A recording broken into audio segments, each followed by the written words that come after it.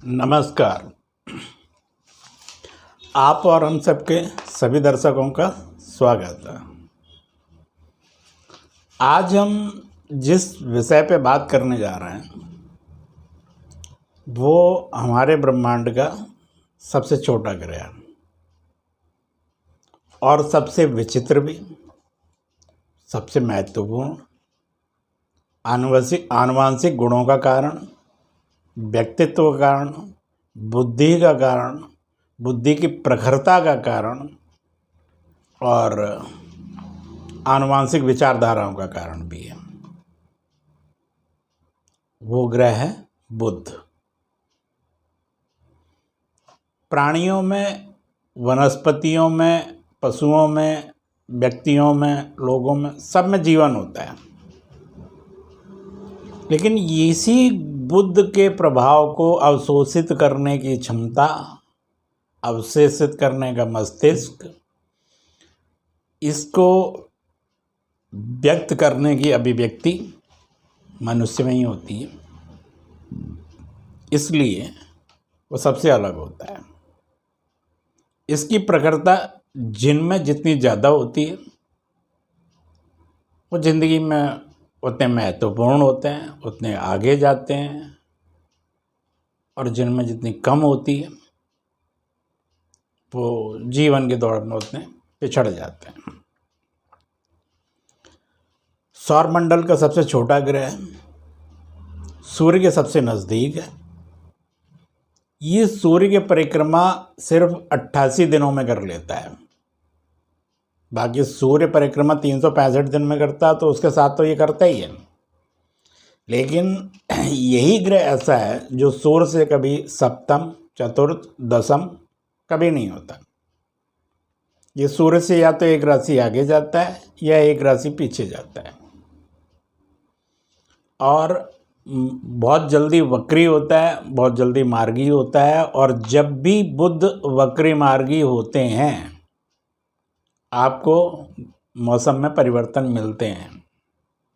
गर्मियों में बरसात, आंधी तूफान, ओला पड़ना, मौसम में एकदम विचित्र परिवर्तन होने में कहीं न कहीं बुध का किसी बड़े ग्रह की राशि से परिवर्तन होने पे, वक्री होने पे, कहीं न कहीं इसमें सहयोग होता ही है। हमने अपना पहला वीडियो वहीं से शुरू किया था, कणाद के वैशेषिक दर्शन से, और उसमें ये बात आई थी कि 5 तत्व, आत्मा, जीवात्मा और परमात्मा, यथा पिंडे तथा ब्रह्मांडे। ब्रह्मांड में अगर परिवर्तन होगा तो पिंड में भी होगा। और ये सूर्य बुध का सबसे महत्वपूर्ण ग्रह है, और इसमें परिवर्तन होता है तो पिंड में भी होता है। और ये सूर्य से कभी 48 डिग्री आगे पीछे ही रहता है। इसका तापमान 350 डिग्री होता है। पृथ्वी से इसकी दूरी 3,70,00,000 मील दूर है। बुध जब भी वक्री मार्गी होता है इसका प्रभाव पर्यावरण पे पड़ता है। बुध हरे रंग का कारक है, प्रसन्न मुद्रा, रजोगुणी, शूद्र जाति और उत्तर दिशा का स्वामी है। ये इसकी भावनात्मक और भौतिक व्याख्या है।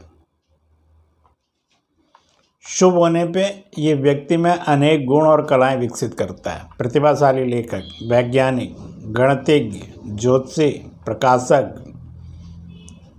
प्रकृति से जुड़े लोग, बुद्धिजीवी, वकील,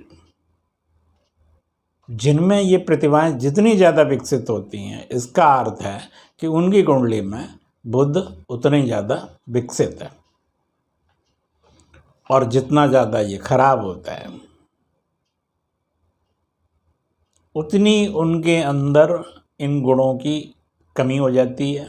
बुद्धि चातुर्य समाप्त हो जाता है, मूर्खताएं करते हैं, चिड़चिड़े होते हैं, और जिनमें सेंस ह्यूमर की कंटेंट्स जितने ज़्यादा होते हैं वो बुध से अच्छे प्रभावित होते हैं। जितने कम होते हैं, नहीं होते हैं, वो उतने ज़्यादा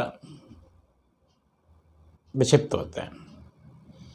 यही एक ऐसा ग्रह है जो सूर्य के जितने नज़दीक जाता है, ये अस्त नहीं होता सूर्य के साथ। जितना ये सूर्य के नज़दीक होगा उतना ही उस व्यक्ति के अंदर बुधादित्य योग होगा।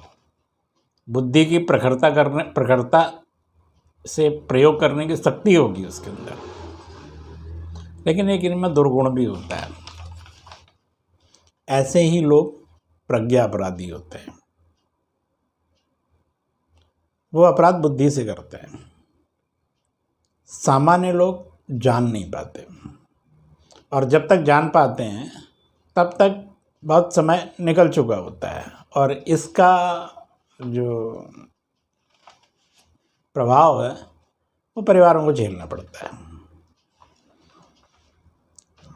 अब मैं इनके और ज़्यादा डिटेल में नहीं जाऊंगा। बृहस्पति बुध का पिता चंद्रमा है, और माता इसकी गुरु की पत्नी है, इसलिए ये व्यभिचार का भी प्रतीक है। गुरु और बुध की युति होती है तो गुरु स्वीकार नहीं कर पाता, गुरु के ज्ञान का उपयोग नहीं हो पाता। और जब बुध गुरु को स्वीकार करता है तो उसकी प्रखरता को यूज करके वो जीवन में उच्चतम शिखर पे पहुंचता है। इसके लिए आप हमारे वीडियोस देखें यूक्रेन युद्ध के बारे में, जिसमें मैंने जेलेंस्की की कुंडली में इसी बृहस्पति और बुध की आमने सामने की दृष्टि का संबंध लेके विवेचन किया था। जो मॉड्यूल्स मैंने यूक्रेन युद्ध के ऊपर जो मैंने वीडियोस बनाए हैं वो मेरे विद्यार्थियों के लिए ही हैं। इसमें बाइडेन, पुतिन और उस समय की जो कुंडलियाँ थी उनमें जो चलता था और वो कहाँ कहाँ गलतियाँ कर रहे हैं, क्या कर रहे हैं, आप जरा उसको एक बार अध्ययन करें। उसका बुद्ध के बारे में उससे समझने को बहुत अच्छा सब्जेक्ट मिलेगा। गुरु बुध के प्रभाव अच्छे नहीं होते। जेलेंस्की कुंडली में इसके ज़्यादा वो हुए हैं, और आध्यात्म की अनुभवात्मक व्याख्या बुध करता है गुरु से लेके। गुरु बुध को स्वीकार नहीं करता, बुध गुरु को स्वीकार करता है। और यही बुध अकेला हो जाए तो पागलपन देता है, झक्की बनाता है। सन की जो लोग होते हैं उनकी कुंडलियों में बुध अकेला होता है, और इस पे जब शनि राहु की दृष्टि हो जाए तो फिर कमाल ही हो जाएगा। भूत प्रेत बाधा जिनको लगती है उनकी कुंडलियों में ये योग देखने को मिल जाएंगे। शनि राहु से युद्ध दृष्ट हो तो यह आनुवंशिक दोष का कारक बन जाता है, और भूत बाधा भी बनती है। ऐसे लोग सभी कार्य बड़े गुप्त रीत से करते हैं, इसलिए ये बहुत आगे नहीं जा पाते हैं। बुध छोटा ग्रह है, सोच भी छोटी करता है। आप ये देखेंगे कि जितने बुद्धिजीवी होते हैं वह तुनक मिजाज होते हैं। बुध अगर आपकी कुंडली में वक्री है, ऐसे लोग कितना भी अच्छा काम हो, कोई कितना भी अच्छा कैरेक्टर हो, कितना भी अच्छा व्यक्तित्व तो वो मीन में एक ही निकालते रहेंगे। वो उसकी पॉजिटिव थॉट्स को एब्जॉर्ब नहीं करेंगे, उसके नेगेटिव थॉट्स पे डिटेल में जाएंगे। दूसरों के बारे में बहुत अच्छा जानेंगे, अपने बारे में अध्ययन नहीं करेंगे।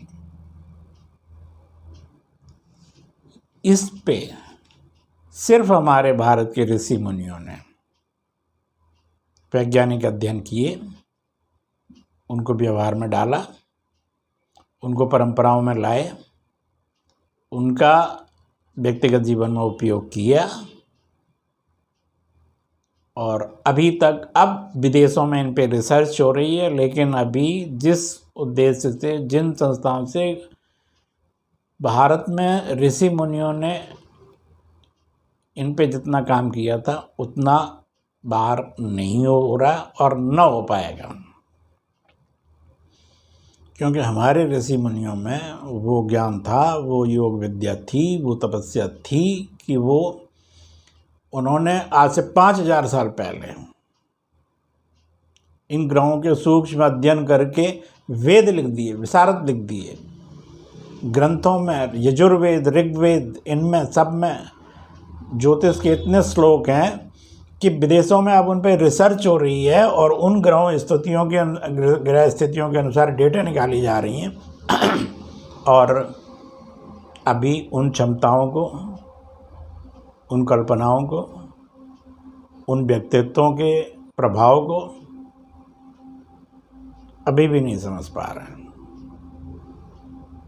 और हमारी संस्था, आप और हम सब ये प्रयास कर रही है कि हम इससे लोगों को जोड़ के इसकी जितनी भी ज्योतिष के संबंध में जो अनुभवात्मक व्याख्याएं हैं उस पर मैंने अपना एक किताब लिखी है, मंत्रोटिका। उसका एक भाग लिख चुका हूँ जो कि अध्ययन से संबंधित है, उसमें सिलेबस है, और मंत्रोटिका का दूसरा भाग लिख रहा हूँ। और अभी तो इस क्षेत्र में जितना हमारे पहले हो चुका, जो लुप्त हो गया, उनके विषयों पे भी नहीं हम जा पाए। बड्डरी, आज की पीढ़ी में कितने लोग बड्डरी को जानते हैं? जिन्होंने कृषि विज्ञान के ऊपर जो उनकी रिसर्च और जो उनकी थीम, जो उनके सब्जेक्ट हुआ करते थे, आज वो लुप्त हो गए हैं। मैंने इस संबंध में अपने पीछे पूरे जीवन काल में 80 से लेके, जब मैं ग्रेजुएशन में था तब से लेके अब तक, मेरे पास जितना भी अनुभव है, जितना भी कलेक्शन है, व्यवहारिक है, किताबों से नहीं है। मैंने इसके जो प्रखर विद्वान थे उन लोगों से सीखा है और उनको, उन सब के नाम, उन सब के संबंध में मैं एक अलग ही वीडियो में ये सब चीज़ें डालूँगा। कृषि विज्ञान में इतनी उन्नति कि घाघ और बड्डरी के श्लोक चला करते थे, उनकी कविताएं चला करती थीं, और उनसे जब ये पूछा जाता था कि गेहूँ कब बोना चाहिए, तो वो कहते थे कि जब गोबर में से भाप उठने लगे वो सही समय होता है।